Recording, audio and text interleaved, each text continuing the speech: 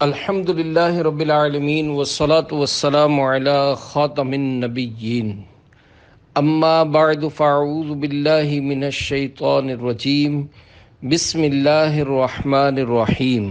امیر اہل سنت کی باتیں۔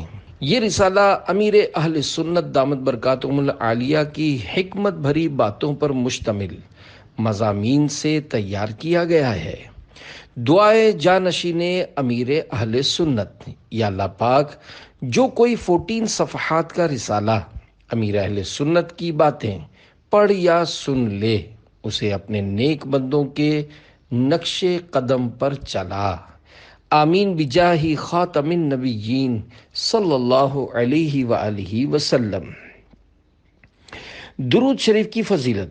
ایک صوفی بزرگ رحمۃ اللہ علیہ فرماتے ہیں کہ میں نے مشتاح نامی ایک شخص کو مرنے کے بعد خواب میں دیکھ کر پوچھا، اللہ پاک نے تیرے ساتھ کیا معاملہ فرمایا؟ بولا، اللہ کریم نے مجھے بخش دیا۔ میں نے وجہ پوچھی تو اس نے بتایا، ایک بار میں نے حدیث پاک کے ایک بہت بڑے عالم سے عرض کی، مجھے کوئی حدیث پاک سند کے ساتھ لکھوا دیجئے۔ چنانچہ حدیث لکھواتے ہوئے جب سید عالم صلی اللہ علیہ وآلہ وسلم کا مبارک نام آیا تو محدث صاحب نے درود پاک پڑھا۔ انہیں دیکھ کر میں نے بھی بلند آواز سے درود پاک پڑھا۔ جب وہاں بیٹھے ہوئے لوگوں نے سنا تو انہوں نے بھی درود پڑھا، جس کی برکت سے اللہ پاک نے ہم سب کو بخش دیا۔ صلو علی الحبیب صلی اللہ علی محمد۔ بڑے بول مت بولیے۔ حضرت عمر بن عبدالعزیز رحمۃ اللہ علیہ نے اپنے بیٹے عبد الملک کو نصیحت بھرا ایک خط روانہ فرمایا، جس میں ایک نصیحت یہ بھی تھی، اپنی گفتگو کے ذریعے فخر کرنے یعنی بڑے بول بولنے اور خود پسندی سے بچتے رہو۔ اے عاشقان رسول، ہم سے جو بھی اچھا کام ہوتا ہے وہ صرف اللہ پاک کی رحمت اور اس کے فضل ہی سے ہوتا ہے، اس میں ہمارا اپنا کوئی کمال نہیں ہوتا، مگر بعض لوگ مختلف مواقع پر فخریہ باتیں کرتے اور اپنے بارے میں بڑے بول بولتے نہیں تھکتے۔ مثلاً ہم نے جو دین کا کام کیا ہے ایسا کبھی کسی نے نہیں کیا، میں نے جو کتاب لکھی ہے ایسی کتاب کبھی کسی نے نہیں لکھی، یا ایسی کتاب کوئی لکھ کر تو دکھائے۔ میرے بیان کے دوران تو ایک آدمی بھی اٹھ کر نہیں جاتا، اس کے کام کی ہمارے کام کے آگے کوئی حیثیت ہی نہیں۔ میرے علم کے آگے فلاں کے علم کی حیثیت ہی کیا ہے، وہ تو ابھی بچہ ہے، ہم تو اس میدان کے پرانے کھلاڑی ہیں وغیرہ۔ اس طرح کے کئی بڑے بول ہمارے ہاں عام طور پر لوگ بول دیتے ہیں، جو کہ انہیں نہیں بولنے چاہیے۔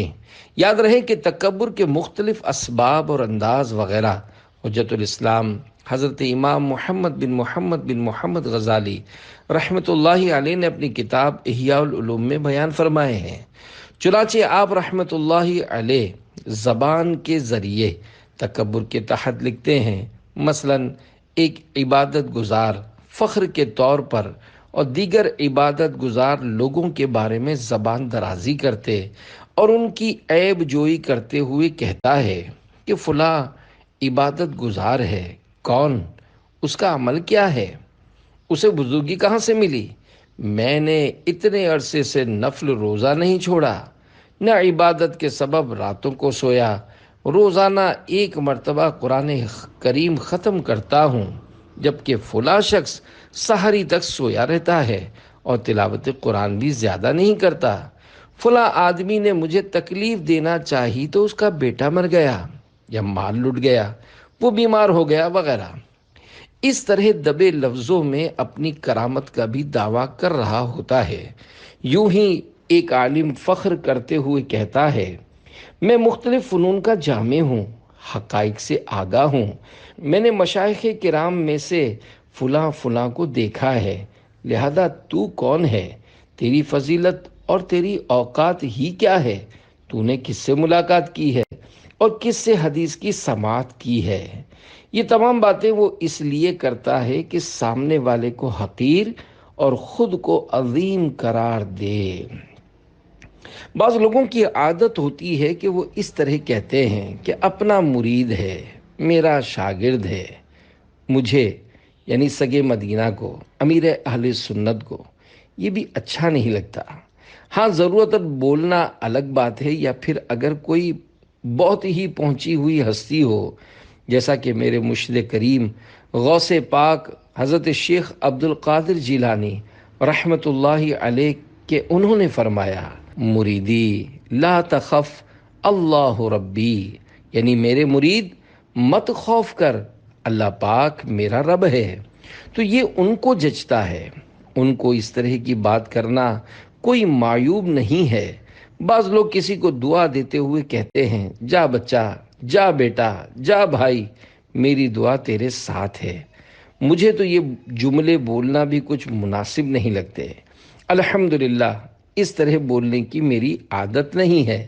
اگر کسی کو دعا دینی بھی ہے تو یوں کہنا چاہیے، اللہ کریم آسانی کرے، اللہ خیر کرے، انشاءاللہ سب بہتر ہو جائے گا۔ البتہ یہ کہنا کہ میری ماں کی دعا میرے ساتھ ہے، یہ الگ چیز ہے، اس میں حرج نہیں۔ اللہ کریم ہمیں دیگر گناہوں کے ساتھ ساتھ زبان کی آفتوں سے بھی محفوظ فرمائے۔ آمین بجاہ خاتم النبیین صلی اللہ علیہ وآلہ وسلم۔ میں اخبار پڑھنے سے کیوں بچتا ہوں؟ ایک مرتبہ کسی نے مجھے ایک پمفلٹ دیا جس میں کسی کی طرف کچھ عیوب منسوب کیے گئے تھے۔ میں نے وہ پمفلٹ پڑھے بغیر جیب میں رکھ لیا اور اس طرح غور کرنے لگا کہ اگر میں اس پمفلٹ کو پڑھوں گا تو کہیں گناہ تو نہیں ملے گا۔ پھر میں نے پمفلٹ دینے والے کی توجہ اس پہلو کی طرف کرنے کے لیے ان سے پوچھا کہ اس کو پڑھنے میں کتنی نیکیاں ملیں گی؟ اس نے جواب دیا، نیکی تو کوئی نہیں ملے گی۔ میں نے کہا کہ جس کے بارے میں یہ پمفلٹ ہے، اگر اسے یہ معلوم ہو جائے کہ آپ نے مجھے یہ پمفلٹ دیا اور میں نے اسے پڑھا تو وہ خوش ہوگا یا ناراض؟ اس نے جواب دیا، ناراض۔ میں نے کہا کہ جس پمفلٹ کے پڑھنے میں نقصان ہی نقصان ہو تو اسے پڑھنا ہی نہیں چاہیے، لہذا میں نے وہ پمفلٹ ضائع کر دیا۔ اے عاشقان رسول، جس طرح کسی مسلمان میں پائی جانے والی برائیوں کا پیٹھ پیچھے تذکرہ کرنا غیبت، جبکہ اس کے اندر ان برائیوں کے نہ پائے جانے کی صورت میں بیان کرنا بہتان کہلاتا ہے، ایسے ہی لکھ کر چھاپنے کا بھی معاملہ ہے۔ بلا اجازت شرعی مسلمان کی کردار کشی حرام اور جہنم میں لے جانے والا کام ہے، چاہے وہ زبان سے بول کر ہو، اخبار کے ذریعے ہو یا پمفلٹ کی صورت میں۔ جو احکام زبان سے کہنے کے ہیں وہی قلم سے لکھنے کے بھی ہیں، جیسا کہ میرے آقا اعلی حضرت امام اہل سنت مولانا شاہ امام احمد رضا خان رحمۃ اللہ علیہ فرماتے ہیں، القلم احد اللسانین، یعنی قلم بھی ایک زبان ہے، جو زبان سے کہے پر احکام ہیں وہی قلم پر بھی ہیں۔ حاشیہ: یہ مضمون 4 رجب المرجب 1441 ہجری مطابق 28 فروری 2020 عیسوی کو عشاء کی نماز کے بعد ہونے والے مدنی مذاکرے کی مدد سے تیار کر کے امیر اہل سنت دامت برکاتہم العالیہ سے نوک پلک سنوار کر پیش کیا گیا ہے۔ لہذا ایسے اخبارات، اشتہارات اور پمفلٹس جو مسلمانوں کے عیوب و نقائص پر مشتمل ہوں، ان کے پڑھنے اور سننے سے اپنے آپ کو بچائیے۔ میری معلومات کے مطابق فی زمانہ تقریباً اخبارات بے پردہ عورتوں کی تصاویر اور گناہوں بھری تحریرات سے پر ہوتے ہیں۔ آج کل شاید ہی کوئی اخبار ایسا ہو جس میں مسلمان کی عزت کا تحفظ ہو۔ کبھی کوئی مسلمان وزیر اعظم ہدف تنقید ہوتا ہے تو کبھی صدر، کبھی وزیر اعلیٰ کی شامت آتی ہے تو کبھی گورنر کی۔ الغرض سیاستدان ہو یا عام مسلمان، اخبارات میں عموماً سب کی عزت کی دھجیاں اڑائی جاتی ہیں۔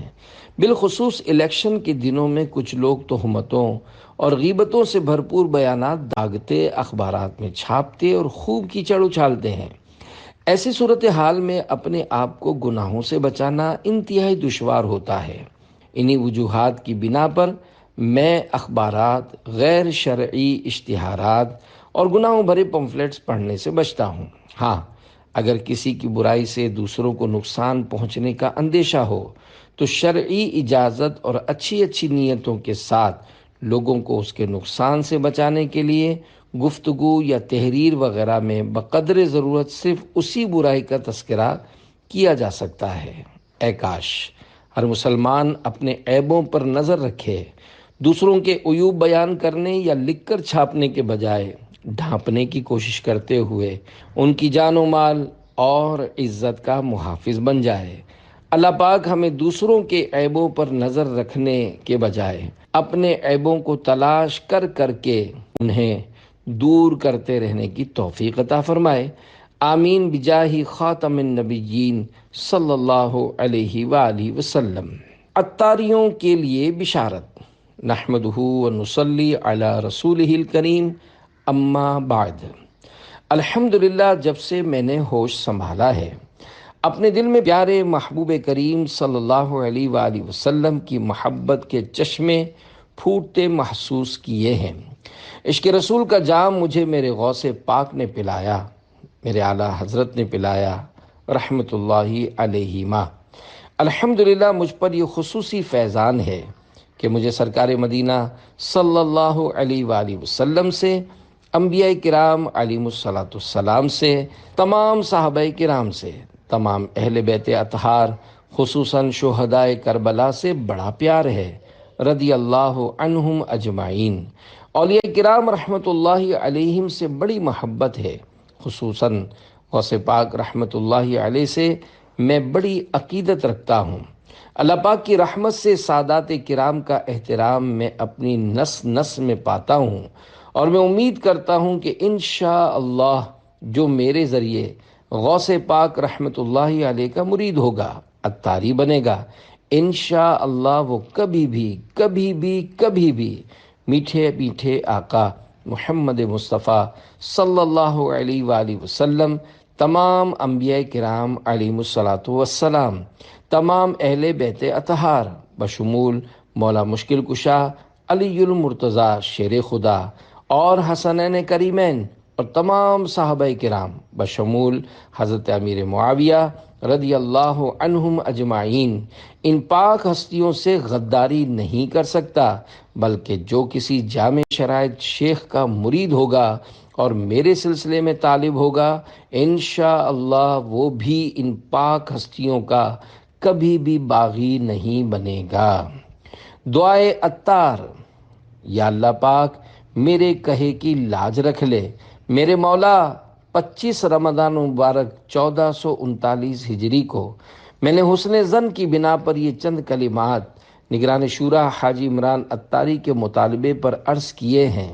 اے اللہ میری لاج رکھ لے کہ ایسا ہی ہو، ہم عمر بھر انبیاء کرام علیہم السلام کی، صحابہ کرام علیہم الرضوان کی، اولیاء کرام رحمت اللہ علیہم کی محبتوں کا دم بھرتے رہیں، سرکار اعلیٰ حضرت مولانا شاہ امام احمد رضا خان رحمت اللہ علیہ کے گن گاتے رہیں، اسی پر ہمارا خاتمہ ایمان کے ساتھ ہو۔ آمین بجاہ خاتم النبیین صلی اللہ علیہ وآلہ وسلم۔ امیر اہل سنت دامت برکاتہم العالیہ کتابیں کیسے لکھتے ہیں؟ ایک مدنی مذاکرے میں سڈنی آسٹریلیا سے ایک بچے عبداللہ عطاری نے سوشل میڈیا کے ذریعے شیخ طریقت امیر اہل سنت حضرت علامہ مولانا محمد الیاس عطار قادری دامت برکاتہم العالیہ سے سوال کیا کہ آپ نے 600 صفحات کی کتاب فیضان نماز لکھی تو کیا اس کے لکھنے سے آپ کے ہاتھوں میں درد نہیں ہوا؟ امیر اہل سنت دامت برکاتہم العالیہ نے اس کے جواب میں جو کچھ ارشاد فرمایا اس کا خلاصہ یہ ہے کہ عام طور پر کتاب 1 گھنٹے یا 1 دن میں نہیں لکھی جاتی اور نہ ہی مسلسل لکھتے رہنے کی ترکیب ہوتی ہے۔ اب تو کمپوزنگ کا دور ہے، مجھے کتاب کی کمپوزنگ نہیں آتی۔ دعوت اسلامی کی مجلس المدینۃ العلمیہ اسلامک ریسرچ سینٹر کی جانب سے کافی مواد کمپوز شدہ بھی مل جاتا ہے۔ کچھ مشورے دے کر منگوانا بھی پڑتا ہے، کچھ کتابوں سے نکال کر کمپوز کروانا بھی پڑتا ہے، جگہ بجگہ قلم بھی چلانا پڑتا ہے۔ کام کے دوران پیج میں گیپس، وقفے بھی آتے رہتے ہیں، اس لیے ہاتھوں میں درد رہنا ضروری نہیں۔ تاہم اب کی بار میرے ساتھ ایسا معاملہ ہوا کہ بسا اوقات قلم پکڑنے سے میرے ہاتھ کی انگلیاں اکڑ جاتی تھیں، تو میں نے حکیم صاحب کا بتایا ہوا علاج کیا، جس سے الحمدللہ میری انگلیاں ٹھیک ہو گئیں۔ اب بھی کچھ نہ کچھ لکھنے کا کام تو کر رہا ہوں، مگر الحمدللہ کئی روز سے میری انگلیاں اکڑی نہیں۔ مگر ظاہر ہے کہ کام کرتے کرتے کبھی آدمی کو تکلیف ہو بھی سکتی ہے، نیز لکھنا ایک دماغی کام بھی ہے، اور لکھتے ہوئے کبھی دماغ بھی تھکن کا شکار ہو جاتا ہے۔ اے عاشقان رسول جو مجھ سے محبت کرتے ہیں، آپ غور فرمائیے کہ کتابیں کتنی محنت سے لکھی جاتی ہیں، مگر آپ میں سے کئی وہ ہوں گے کہ جو مکتبۃ المدینہ کی کتب و رسائل کو پڑھنا تو دور کی بات مگر آپ میں سے کئی وہ ہوں گے کہ جو مکتبۃ المدینہ کی کتب و رسائل کو پڑھنا تو دور کی بات انہیں کھول کر بھی نہیں دیکھتے ہوں گے۔ آپ لوگوں کو مجھ پر ان معنوں میں رحم کرنا اور میری ہمدردی کرنی چاہیے کہ میں اللہ پاک کی رضا پانے کے لیے آپ لوگوں ہی کے لیے لکھتا ہوں کہ میرے مدنی بیٹے اور مدنی بیٹیاں ان کتابوں کو پڑھیں اور اپنی آخرت کی بہتری کا سامان کریں۔ اللہ پاک ہمیں اچھی نیتوں کے ساتھ مکتبۃ المدینہ سے پرنٹ ہونے والی کتب و رسائل پڑھنے کی توفیق عطا فرمائے۔ آمین بجاہ خاتم النبیین صلی اللہ علیہ وآلہ وسلم۔ کتاب لکھنے کی احتیاطیں۔ تصنیف و تالیف کے ذریعے دین کا پیغام لوگوں تک پہنچانا یہ ایک پرانا طریقہ ہے۔ یہ جس قدر اہم ہے اسی قدر مشکل بھی ہے۔ تحریری کام میں کئی طرح کی احتیاطوں کی اشد ضرورت ہے۔ اس حوالے سے چند باتیں عرض کرتا ہوں۔ دینی کتاب، رسالہ یا مضمون لکھنے میں ہمیشہ اللہ پاک کی رضا کو پیش نظر رکھنا چاہیے۔ نام و نمود اور شہرت کی تمنا نہ رکھی جائے۔ حب جاہ سے بچتے ہوئے کتاب پر اپنا نام لکھنا اگرچہ جائز ہے، لیکن اصل مقصود اللہ پاک کی رضا کا حصول ہونا چاہیے۔ لکھتے ہوئے یہ خوف ہونا چاہیے کہ میں نے جو کچھ لکھا ہے کہیں اس کے سبب آخرت میں پھنس نہ جاؤں۔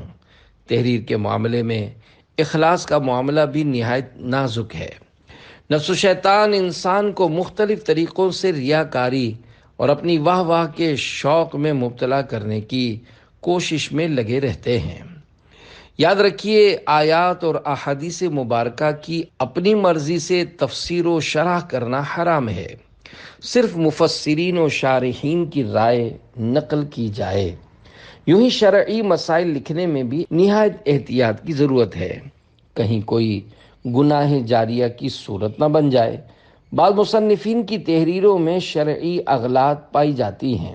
کم و بیش 20 سال پہلے انہی باتوں کو دیکھتے ہوئے غالباً 2000 سنہ ہجری میں ہم نے مجلس تفتیش کتب و رسائل بنائی تھی تاکہ مصنفین اپنی کتب کی شرعی تفتیش کروا سکیں۔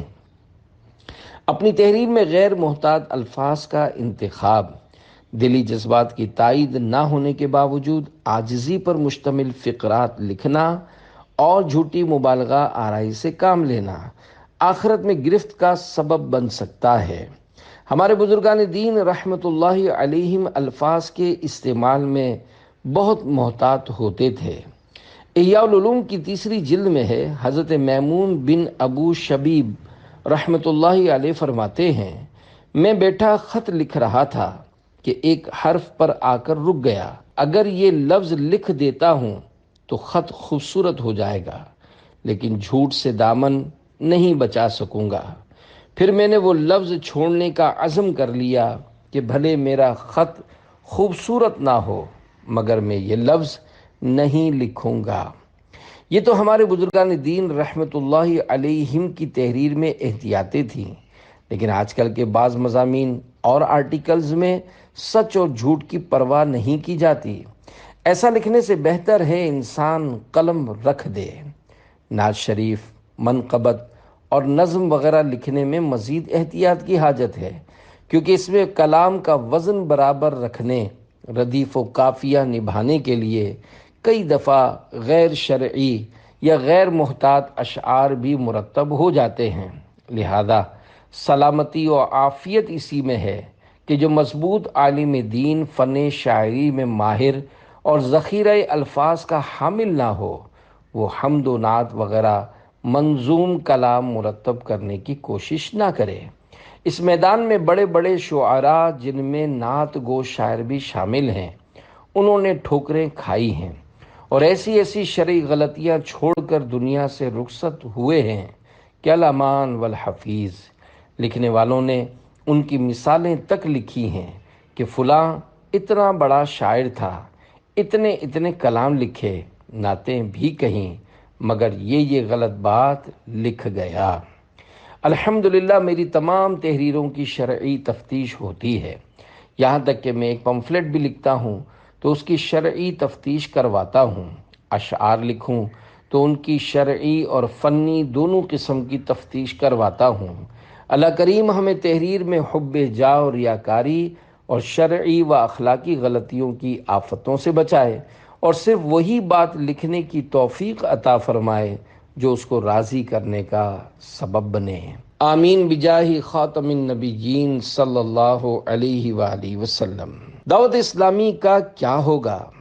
شیخ طریقت امیر اہل سنت حضرت علامہ مولانا ابو بلال محمد الیاس عطار قادری دامت برکاتہم العالیہ سے مدنی مذاکرے 15 شعبان المعظم 1440 بمطابق 20 اپریل 2019 عیسوی میں سوال ہوا کہ کچھ لوگ کہتے ہیں جب تک آپ یعنی امیر اہل سنت موجود ہیں تب تک دعوت اسلامی چلتی رہے گی، اس کے بعد نگران صاحبان اور اراکین شورا وغیرہ سب بکھر جائیں گے اور پھر نہ جانے کیا ہوگا۔ اس کی کیا حقیقت ہے؟ آپ دامت برکاتہم العالیہ نے جواب میں فرمایا، بعض لوگ یہ سمجھتے ہیں کہ میرے مرنے کے بعد دعوت اسلامی ختم ہو جائے گی۔ انشاءاللہ الکریم ایسا نہیں ہوگا۔ الحمدللہ میں نے اپنی اولاد اور تمام دعوت اسلامی والوں کو مرکزی مجلس شورا کی اطاعت کرنے کی تاکید کی ہے اور بارہا مدنی مذاکروں میں اور بڑی راتوں کے اجتماعات میں یہ اعلانات بھی کیے ہیں کہ ہم نے دعوت اسلامی میں مرکزی مجلس شورا کے ماتحت رہ کر ہی مدنی کام کرنا ہے، مرکزی مجلس شورا کی مخالفت نہیں کرنی۔ دعوت اسلامی کوئی دکان یا ترکہ یعنی وراثت نہیں ہے جو میرے مرنے کے بعد میری اولاد میں تقسیم ہوگا، بلکہ دعوت اسلامی میں جو کام کرے گا اس کو سلام ہے۔ اللہ کے فضل و کرم سے مرکزی مجلس شورا کام کر رہی ہے اور یہ کرتی رہے گی۔ مرنا سب کو ہے، اگر کسی کے انتقال سے دین کا کام رک جاتا تو کائنات کی سب سے بڑی ہستی کہ جن کی بدولت ہمیں اسلام ملا، یعنی ہمارے مکی مدنی آقا صلی اللہ علیہ وآلہ وسلم کے ظاہری پردہ فرمانے کے باوجود دین کا کام نہیں رکا، تو الیاس قادری کس حساب میں ہے؟ اس کے مرنے سے کیا ہوتا ہے؟ جو میرے لیے دین کا کام کرتا ہے آج سے ہی اس کو خدا حافظ، اور جو اللہ کے لیے دین کا کام کرتا ہے وہ آج بھی کرے اور میرے مرنے کے بعد بھی کرے۔ یہ نہ سوچے کہ الیاس قادری چلا جائے گا تو یوں ہو جائے گا، یا الیاس قادری کے بعد کیا ہوگا۔ یہ سب شیطانی وسوسے ہیں، اس سے ہم سب کو بچنا چاہیے۔ جیتے جی بھی تو کچھ ہو سکتا ہے۔ ایسی کئی تحریکیں ہوتی ہیں کہ جن کے قائدین زندہ اور صحت مند ہوتے ہیں مگر ان کی تحریکیں ختم ہو جاتی ہیں۔ بہرحال یہ میری وصیت ہے کہ میرے مرنے کے بعد بھی آپ نے دعوت اسلامی کی مرکزی مجلس شورا کو ہی فوقیت دینی ہے۔ یہ جس طرح چاہے اسی طرح دعوت اسلامی کے ذریعے دین کی خدمت کرنی ہے۔ مرکزی مجلس شورا سے کبھی بھی غداری نہیں کرنی اور جو مرکزی مجلس شورا کی مخالفت کرے اس کا ساتھ بھی نہیں دینا ہے۔ اللہ پاک خائنین کی نظر بد سے میرے دعوت اسلامی والوں کو اور میری لاڈلی مرکزی مجلس شورا کو محفوظ رکھے اور ان سب کو اخلاص کے ساتھ دین کی خوب خدمت کرنے کی سعادت بخشے۔ آمین بجاہ خاتم النبیین صلی اللہ علیہ وآلہ وسلم۔ اللہ کرم ایسا کرے تجھ پہ جہاں میں، اے دعوت اسلامی تیری دھوم مچی ہو۔ میری داڑھی کیسے نکلی؟ حکایت۔ شیخ طریقت امیر اہل سنت حضرت علامہ مولانا ابو بلال محمد الیاس ستار قادری رضوی دامت برکاتہم العالیہ فرماتے ہیں، برسوں پرانا واقعہ ہے۔ سندھ پاکستان کے ایک شہر نواب شاہ میں ایک 17 سالہ اسلامی بھائی کی گھنی داڑھی دیکھ کر میں نے تعجب کا اظہار کیا۔ اس پر انہوں نے انکشاف کیا کہ میں چہرے پر دمبی کا دودھ لگایا کرتا تھا۔ میں نے مارچ 2017 میں اس اسلامی بھائی سے رابطہ کر کے تصدیق چاہی تو انہوں نے بتایا کہ آپ 1993 میں جب نواب شاہ آئے تھے، یہ اس وقت کا واقعہ ہے۔ اب میری عمر 41 سال ہو چکی ہے۔ الحمدللہ میں 10 برس کی عمر سے مدنی ماحول میں آ گیا تھا اور امامہ شریف بھی سجا لیا تھا۔ میری داڑھی نہیں نکل رہی تھی۔ ہمارے گھر پر ایک صاحب دودھ دینے کے لیے آتے تھے، ہم ان کو چاچا حاجی کہا کرتے تھے۔ انہوں نے مجھے امامہ شریف میں دیکھ کر خوشی کا اظہار کرتے ہوئے کہا، تم بکری یا دمبی کا کچا دودھ چہرے پر لگایا کرو، انشاءاللہ داڑھی نکل آئے گی۔ تو میں نے کہا دودھ بھی آپ ہی لا کر دیجئے۔ چنانچہ وہ جب بکری یا دمبی کا دودھ لے آتے، میں سونے سے پہلے داڑھی اگنے کی جگہ پر لگا لیتا اور فجر کے لیے اٹھتا تو منہ دھو لیا کرتا۔ میں نے کئی دفعہ ایسا کیا اور الحمدللہ دودھ لگاتے رہنے سے آخر کار میری داڑھی بھی نکل آئی اور گھنی بھی ہو گئی۔ اللہ پاک سے عافیت مانگیے۔ کروڑوں حنبلیوں کے پیشوا حضرت امام احمد بن حنبل رحمۃ اللہ علیہ فرماتے ہیں کہ میں قرآن کریم یاد کرتا رہتا تھا، پھر جب علم حدیث کی طرف مائل ہوا تو اس علم میں میری مشغولیت بڑھ گئی اور میں نے اپنے آپ سے کہا کہ قرآن پاک کب یاد کروں گا؟ تو میں نے اپنے رب سے دعا کی کہ یا اللہ حفظ قرآن کریم کی سعادت عطا کر کے مجھ پر احسان فرما، مگر اس وقت عافیت کے الفاظ نہیں کہے تھے۔ دعا تو قبول ہوئی، مگر اس کی قبولیت کی صورت یوں بنی کہ جب مجھے قید کیا گیا تو اس دوران میں نے قرآن کریم یاد کر لیا۔ لہذا اللہ پاک سے جب تم کسی حاجت کا سوال کرو تو ساتھ میں عافیت بھی مانگا کرو۔ اے عاشقان رسول، عافیت کا مطلب ہے سلامتی۔ لہذا مثلاً اللہ پاک سے نوکری کے لیے دعا کرنی ہے تو اس طرح دعا مانگیے کہ یا اللہ پاک فلاں نوکری اگر میرے حق میں بہتر ہو تو مجھے عافیت و سلامتی کے ساتھ وہ نوکری ملے۔ رب کریم سے صرف عافیت ہی مانگنے کی اہمیت کے متعلق 4 فرامین آخری نبی صلی اللہ علیہ وآلہ وسلم۔ نمبر 1، اللہ پاک کے پیارے نبی صلی اللہ علیہ وآلہ وسلم کی بارگاہ میں ایک شخص نے حاضر ہو کر عرض کی، اے اللہ کے رسول، سب سے افضل دعا کون سی ہے؟